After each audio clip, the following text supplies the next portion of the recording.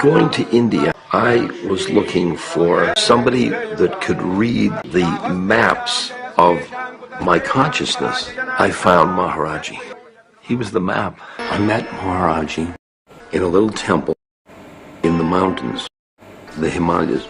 I had been traveling with a young Westerner who had been in India for many months.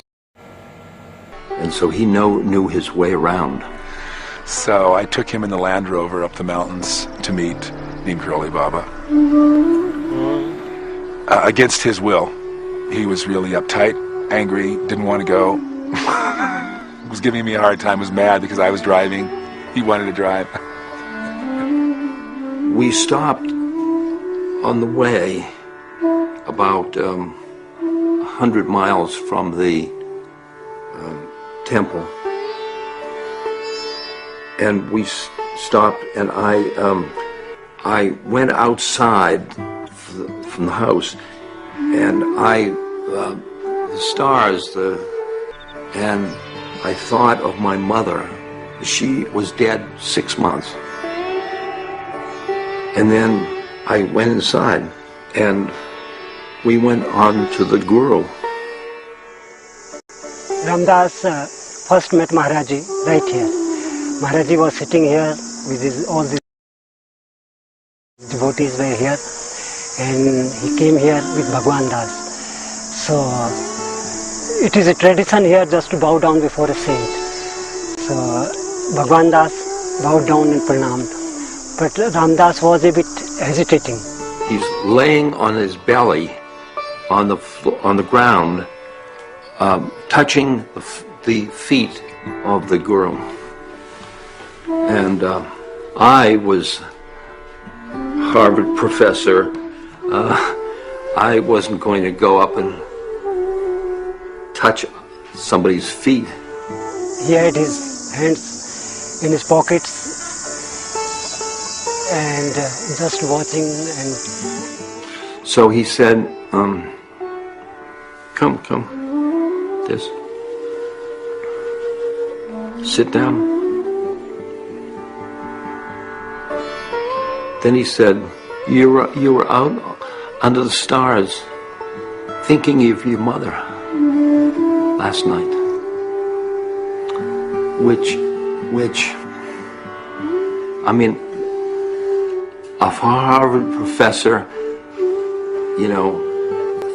knowing, having been in cognitive research and stuff like that, nothing made me ready for that.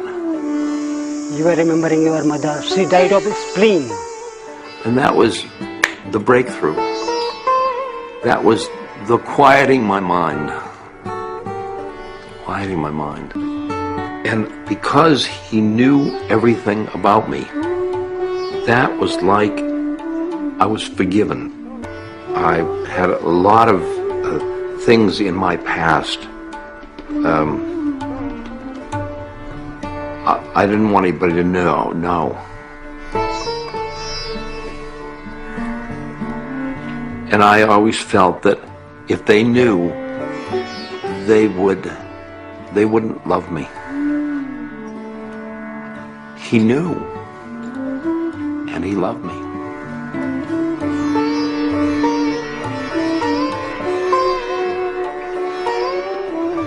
And then he was transformed into Baba Ramdaas. It was so beautiful. It was so beautiful. I see him just as a doorway towards God. A doorway. His consciousness was so playful with mine. It sucks you in. In India, they have an expression, God, Guru, and self are one and the same. He's just like my inner self. No, I don't think he wanted anything ever from me or from any of us. We tried to give him things. You couldn't give him money. You couldn't do anything for him. There was nothing that he needed. All he wanted was for people to be liberated, to be free. One day, Maharaji indicated that he'd like to try LSD. And I didn't know that that was wise because he was old and I had strong pills.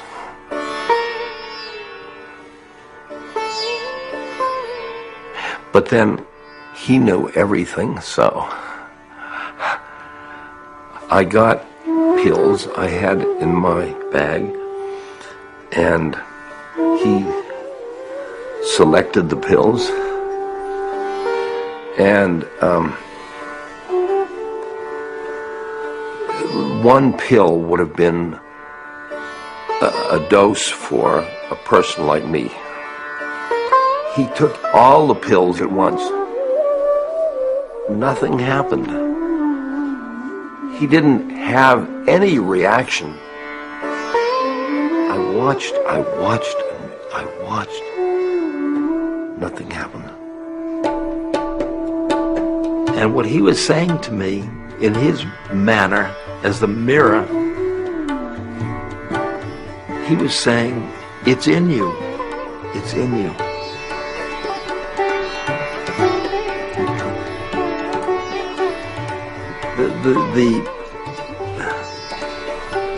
The way we get caught in our method is method drugs, method church, method, method.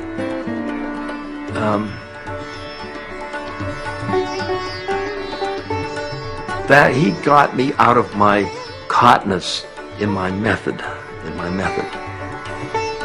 So I honored psychedelics, but I say there's other methods.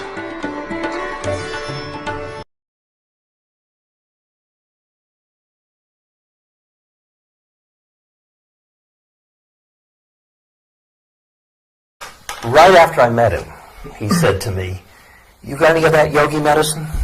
I said, "What yogi medicine?" I thought he meant vitamins. I said, "I've got some, but they won't help a man like you, He said, "Yogi medicine, yogi." And somebody said, "I think he means the acid." I said, "You mean acid?" He said, "Yeah." So I brought acid, and I had pills that were 300 micrograms each. So he held out his hand, so I gave him one, which is a good dose. And he kept, come on, so I gave him a second dose. Come on, and gave him a third. Now, 900 micrograms for a new person, I mean, he was heavyweight, but that's still a good size, and it was really good acid.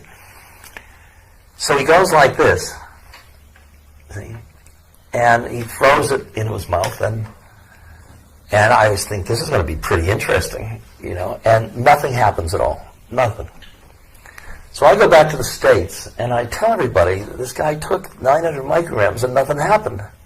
Because, this is our medicine. I'm impressed, But in the back of my mind is the gnawing question, do you suppose he really swallowed it? Maybe he veiled my mind and threw it over his shoulder or something like that, But I don't know. So I come back to India 2 years later, and I find him after about 6 months, and he says to me, first time I come up to him, he says, "Did you give me some medicine last time you were in India?" I said, "Yeah." He said, "Did I take it?" I said, "I think so." He said, "What happened?" I said, "Nothing." You got any more of that medicine? So I said, "Yeah." So I brought out, and I had 5 pills, 300 each. And one of them was broken. He wouldn't take the broken one. He took the 4 others. And he took each one, and he stuck it on his tongue. And he made absolutely sure that I saw that he took it all in. Then he said, "Can I have water?" And I said, "Yeah." "Pani, garam to hot or cold?" I said, "Doesn't matter." So he called for water, and he drank some water. He said, "Will it make me puggle, or will it make me crazy?" I said, "Probably." And at one point, he went under his blanket, and then he came back down looking absolutely mad, like And I thought, what have I done to this poor old man? He doesn't understand the power of our medicine, and he probably did throw it over his shoulder last time, and I've trapped him into taking it. Oh my God, how can I live with this? And all this. And then when he had me totally paranoid, he laughed in glee. And nothing happened. And then he said, these were known about thousands of years ago. He said in the Indus Valley, in the Kula Valley, he said. But he said most of that's been forgotten now. Yogis don't do the preparations for this kind of experience anymore. They did fasting and they did things before this. And so later I said, should I ever take acid again? He said, if you're in a cool place and you're alone, which is interesting, and your mind is turned towards God, you're feeling much peace, it could be useful. Okay. Then other people said, got him to talk about it, and he said to them, using Christ as the image, he said, it would allow you to come in and have the darshan of Christ, your medicine. But you can only stay 2 hours and then you have to leave. He said, he said, it would be better to become Christ than to visit him.